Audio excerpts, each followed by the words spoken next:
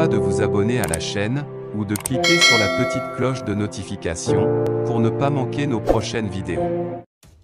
Depuis quelque temps du côté du Mali, une zone avait été délimitée et dénommée comme zone rouge car cette zone abritait de nombreux rebelles. Des rebelles qui, dans ces zones, avaient tendance à se camoufler avec le paysage et les grottes qui se trouvaient dans cette zone. L'armée malienne face à cela a donc décidé de chercher des voies et moyens pour mettre une fois pour toutes hors d'état de nuit ces terroristes qui mènent la vie des Maliens depuis la nuit des temps. C'est donc la raison pour laquelle ces derniers ont été véritablement sans pitié contre eux, notamment avec une nouvelle frappe aérienne lancée dans la nuit du 27 août dernier qui a véritablement exterminé et pulvérisé la zone.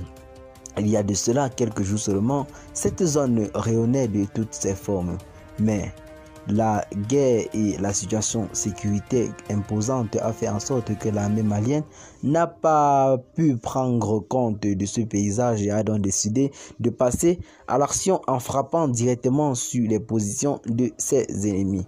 Eh bien les amis, la frappe aérienne était véritablement violente qu'on n'a pas pu décompter le nombre de pertes en vies humaines et des dégâts matériels, mais l'information que nous a transmis ce matin l'AFP confirme que les terroristes ont été véritablement déracinés dans cette zone et plusieurs de leur matériel de guerre est parti véritablement en fumée.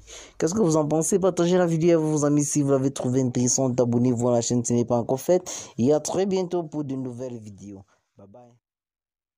Et bien les amis, avant de commencer cette vidéo, je tiens à vous rappeler que nos vidéos ne sont pas faites pour inciter à la haine ou alors à l'acharnement.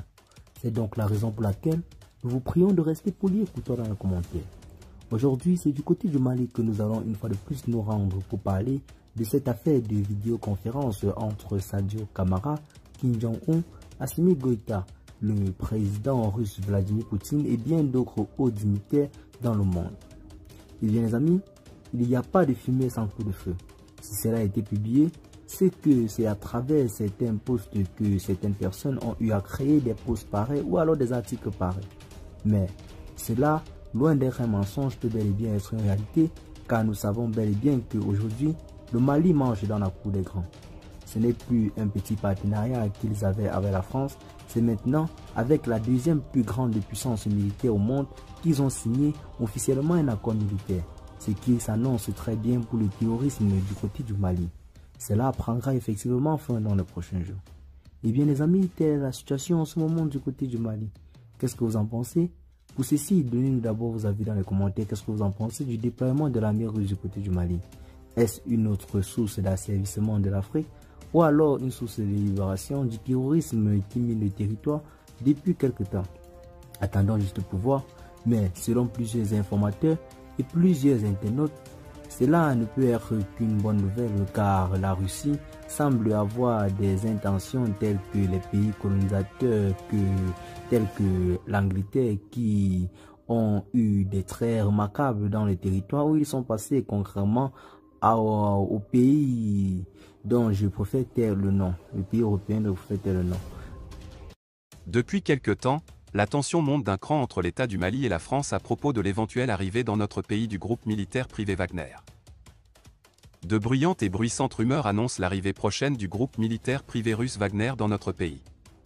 Non encore confirmées par les autorités qui n'ont laissé entendre que leur volonté de diversifier les relations de partenariat, elle a pourtant suffi pour que la grande France entre en transe.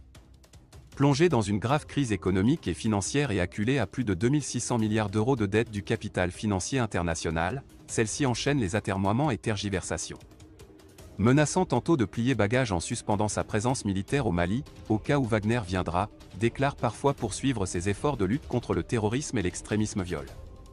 Visiblement excédé et terrifié par les enlèvements, les tueries et les massacres des groupes narco-terroristes sous le nez et la barbe des forces étrangères, Barkhane et MINUSMA, les populations sont plus en plus hostiles à la présence française.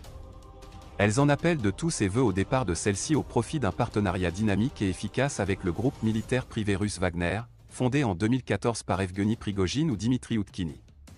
Pendant que la France de Florence Parly, ministre des Armées, et de Emmanuel Macron qualifiait le groupe Wagner de miliciens spécialisés dans les exactions, le Premier ministre Choguel Kokala Maïga l'accusait devant le Conseil de sécurité des Nations Unies d'abandon en plein vol.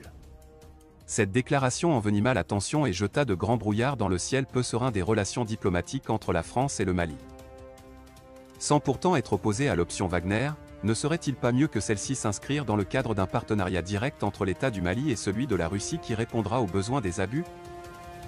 Certes, dans le contexte de mondialisation, la tendance milite en faveur du multilatéralisme, rapport de partenariat politique, économique, militaire et culturel avec tous les États du monde. Dans les relations internationales, notre pays gagnera à travailler pour mettre sur pied une armée professionnelle, moderne, renforcée dans ses capacités opérationnelles, techniques et logistiques et matérielles pour défendre l'intégrité territoriale, la souveraineté nationale contre toute menace, intérieure et extérieure. Au-delà de ce brûlot, la flambée vertigineuse du prix d'achat des denrées et des produits de première nécessité ne mérite-t-elle pas aussi une large mobilisation populaire sur l'emblématique place de l'Indépendance? Bienvenue sur votre chaîne Christine Yapo, ici vous avez le meilleur de l'information à temps et à l'heure. Ne manquez donc pas de vous abonner à la chaîne, et d'activer la cloche de notification pour toujours être au parfum de l'information africaine et même mondiale. Affaire Wagner, Paris tente d'en finir avec Assimi Goïta et son pays. La déclaration du Premier ministre Choguel Kokala Maïga, à la tribune des Nations Unies, accusant la France d'avoir abandonné le Mali en plein vol, ne passe pas à Paris. Le ministère français des Affaires étrangères l'a fait savoir dans une note publiée ce lundi 27 septembre 2021. Maliweb.net, il est faux de dire qu'il s'agit d'une décision unilatérale de la France, indique la note du ministère français des Affaires étrangères dont l'authenticité n'a pas encore été confirmée par l'ambassade de France au Mali contactée par Maliweb.net. Selon le document, la question avait été abordée de commun accord le 27 janvier 2021, lors de la visite de l'ancien président de la transition Bandao sur l'abandon du Mali. Les autorités françaises estiment qu'il est également faux de dire cela. La transformation du dispositif militaire au Sahel ne constitue pas un départ du Mali, explique le document largement partagé sur les réseaux sociaux au Mali. Selon la note, la France reste engagée aux côtés du Mali et des autres États du G5 Sahel, avec une force de 3000 hommes. Dans la note, les propos deviennent assez inamicaux lorsque l'affaire Wagner est évoquée. La société militaire privée russe est désignée comme une « milice payante » qui accablera le budget du Mali de manière insoutenable, explique la note soulignant que l'appui de Barkhane ne coûte rien aux finances maliennes. Cette milice, selon le document, fournirait un appui de conseillers et de protection des hautes personnalités. Une activité en capitale, loin des localités concernées. Il semble inacceptable pour la nation malienne de voir ces maigres moyens utilisés pour protéger à Bamako ceux-là même qui sont censés être au front, charge le document contre Assimi Goïta et ses frères d'armes.